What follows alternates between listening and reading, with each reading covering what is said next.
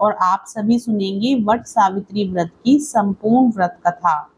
वट सावित्री व्रत कथा स्कंद पुराण में बताया गया। हर सुहागन स्त्री को वट सावित्री व्रत की पूजा करने के बाद वट सावित्री व्रत की कथा का पाठ जरूर करना चाहिए अथवा सुनना चाहिए। स्कंद पुराण में बताया गया है कि वट सावित्री की कथा का पाठ करने से, देवी सावित्री का ध्यान पूजन वट वृक्ष के नीचे करने से सुहाग की उम्र लंबी होती है और पति का प्रेम और सुख बना रहता है।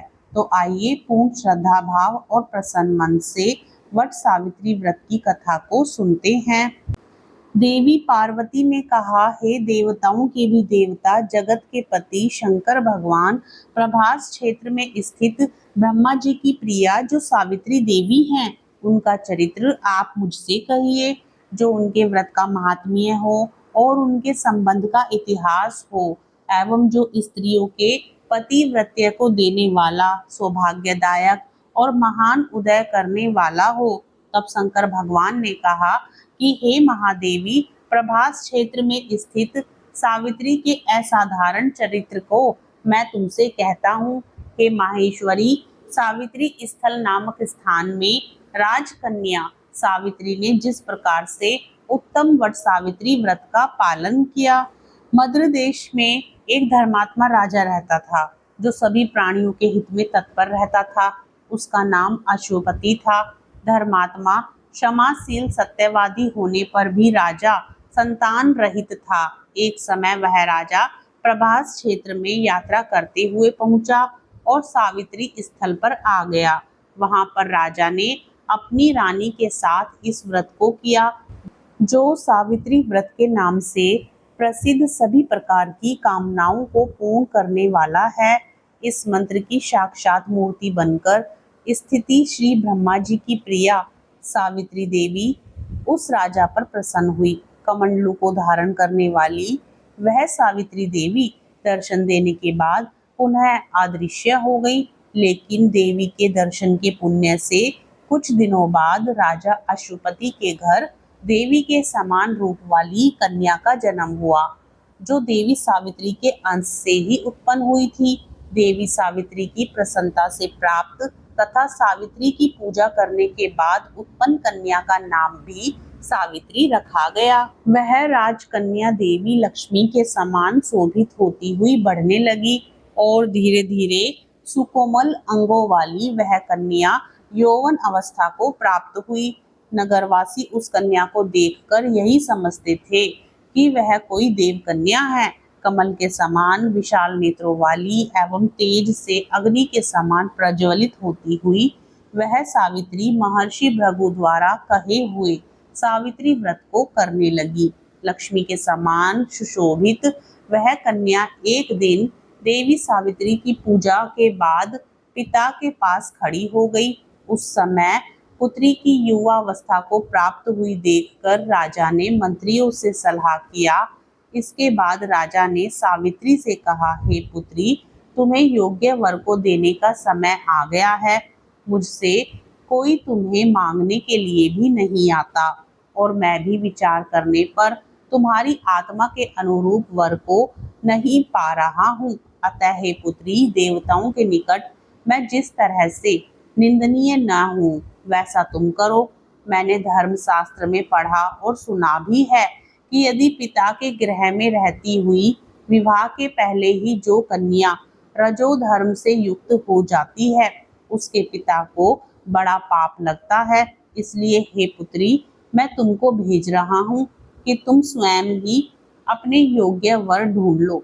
वृद्ध मंत्रियों के साथ शीघ्र जाओ और मेरी बात को मानो। इसके बाद जैसा कहते हैं वैसा ही होगा। ऐसा कहकर सावित्री घर से निकलकर राज ऋषियों के साथ तपोवन की ओर चल पड़ी और वहां पहुंचकर माननीय वृद्धजनों को प्रणाम करके सभी तीर्थों और आश्रमों में जाकर उन्हें मंत्रियों के साथ सावित्री अपने महल को लौट आई। यहाँ सावित्री ने पिताजी के साथ देवर्षि नारद जी को बैठे हुए देखा। आसन पर बैठे हुए नारद जी को प्रणाम करके मुस्कुराती हुई जिस कार्य के लिए वन में गई थी, सारी बातें कहने लगी।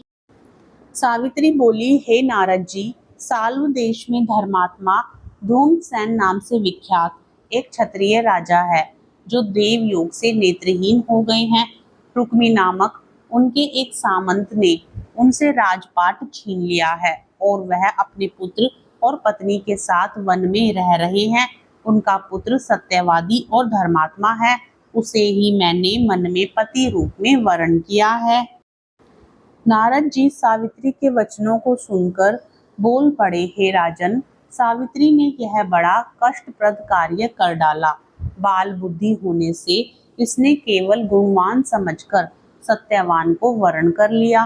सत्यवान मिट्टी के घोड़े बनाता है और घोड़े का चित्र भी बनाता है, इससे उस चित्रास्त भी कहते हैं। सत्यवान दान और गुण में रंती देवी के शिष्य के समान है, ब्राह्मणों की रक्षा करने वाला और सत्यवादी है।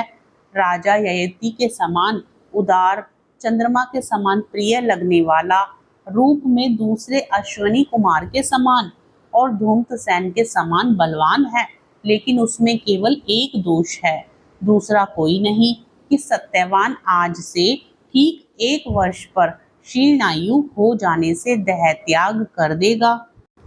इस प्रकार नारद जी की बात सुनकर राजकन्या सावित्री ने राजा से कहा, राजा लोग किसी से एक बार कोई बात कहते हैं, ब्रह्मवेत्ता एक ही बार कहते हैं और एक ही बार कन्या दी जाती है। ये तीनों कर्म एक ही बार किए जाते हैं, बार बार नहीं। दीर्घायु हो अथवा अल्पायु, गुणवान हो अथवा निर्गुण, वर को एक ही बार वर्ण कर लिया, अब दूसरे वर को वर्ण नहीं करूंगी। नारद जी ने कहा, हे राजन, यदि आपको उचित लगता हो तो अपनी पुत्री सावित्री का कन्यादान शीघ्र कर डालिए।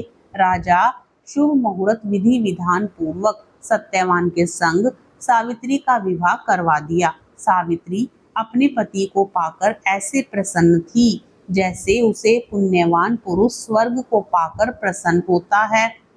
सावित्री उस सत्यवान के साथ आश्रम में रहती हुई नारद जी की कही हुई बात को याद करती रहती थी और उस दिन को गिनती रहती थी कि जब सत्यवान देह त्याग कर चले जाएंगे। जब सत्यवान के मरण के केवल 3 दिन शेष रह गए, तब सावित्री ने निराहार रहने का व्रत लिया और तीसरे दिन सुबह स्नान करके देवता और पितरों का पूजन किया। फिर सास ससुर की चरण वंदना करके वह भी पति के साथ जंगल की ओर चल पड़ी। जंगल में लकड़ी काटते काटते अचानक से सत्यवान के सिर में दर्द होने लगा। सावित्री ने कहा कि आप कुछ देर में मेरी गोद में सिर रखकर सो जाइए, फिर हम आश्रम की ओर चलेंगे।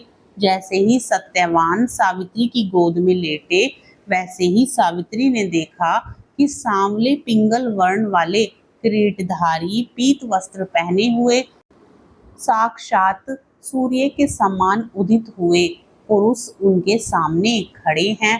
सावित्री ने उन्हें प्रणाम किया और उनसे पूछा कि आप कौन हैं। इस पर यमराज ने कहा कि मैं सब प्राणियों के लिए भयंकर और कर्म अनुसार उनको उचित दंड देने वाला यम हूँ। सो हे पतिव्रता सावित्री, समीप में पड़े हुए तुम्हारे पति की आयु समाप्त हो गई है, इसे यमदूत पकड़कर नहीं ले जा सकेंगे, इसलिए मैं स्वयं आया हूँ। ऐसा कहकर फांस के लिए हुए यमराज ने सत्यवान के शरीर से अंगुष्ठ मात्र शरीर वाले जीवात्मा को बलपूर्वक निकाल लिया। इसके बाद यमपुरी की ओर चलना शुरू किया। सावित्री भी यम के पीछे पीछे चलने लगी। यमराज ने सावित्री से कहा कि कोई भी जीव बिना आयु समाप्त हुए यम मार्ग में नहीं जा सकता। सावित्री ने यमराज से कहा कि आप जैसे सज्जन पुरुष के साथ मैं चल रही हूँ, मेरे पति आपके साथ हैं, तो मुझे आपके साथ चलने में कोई शर्म और गिलानी नहीं हो रही है। दूसरी बात, स्त्रियों के लिए इस पृथ्वी लोक में पति को छोड़कर कोई अन्य स्थान नहीं है, इसलिए मैं आपका अनुगमन कर रही हूँ। सावित्री की मधुर बातें सुनकर यम ने कहा कि मैं तुम्हारी बातों से प्रसन्न हूँ, इसलिए जो इच्छा हो वर मांग लो। सावित्री ने तब यमराज से अपना खोया हुआ राज्य, सास ससुर की आंखों की रोशनी और 100 पुत्रों का वरदान मांग लिया। अपने वरदान के जाल में फंसकर यमराज ने सत्यवान की आत्मा को मुक्त कर दिया और सावित्री को लौटा दिया। सावित्री पति के साथ अपने आश्रम लौट आई। सावित्री ने सावित्री देवी का व्रत किया, जिसके प्रभाव से सास ससुर की आंखों की रोशनी लौट आई। इनका राज्य भी मिल गया और 100 पुत्र हुए। इस प्रकार सावित्री और सत्यवान ने सुखपूर्वक जीवन व्यतीत किया। शिव जी ने देवी पार्वती से कहा कि सावित्री व्रत के दिन प्रातः स्नान करके सास ससुर का आशीर्वाद लेना चाहिए। वट वृक्ष के समीप बैठकर पंच देवता और विष्णु भगवान का आवाहन करना चाहिए। 3 कुश और तिल लेकर ब्रह्मा जी और देवी सावित्री का आवाहन करें। ओम नमो ब्राह्मण सह सावित्री इत्ता गच्छ इहि तिष्ठ सुप्रतिष्ठा भव। इसके बाद जल, अक्षत, सिंदूर, तिल, फूल, माला, निवेद्य, पान अर्पित करें। एक आम या अन्य फल लेकर उसके ऊपर से वट पर जल अर्पित करें। यह आम पति को प्रसाद रूप में खिलाना चाहिए। कच्चा सूत लपेटते हुए 7 या 21 बार वट वृक्ष की परिक्रमा करें। वैसे 108 बार वट वृक्ष की परिक्रमा को किया जाता है और सर्वोत्तम माना गया है। इस व्रत का पारण काले चने से करना चाहिए, क्योंकि काले चने के रूप में ही सावित्री को उसके पति के प्राण यमराज ने लौटाए थे। प्रेम से बोलिए शिव शंकर भगवान की जय, माता पार्वती की जय। आप सभी को वट सावित्री व्रत की शुभकामनाएं। कथा पसंद आए तो वीडियो को लाइक करें, चैनल को सब्सक्राइब करें, कमेंट बॉक्स में अमावस्या माता की जय जरूर लिखें।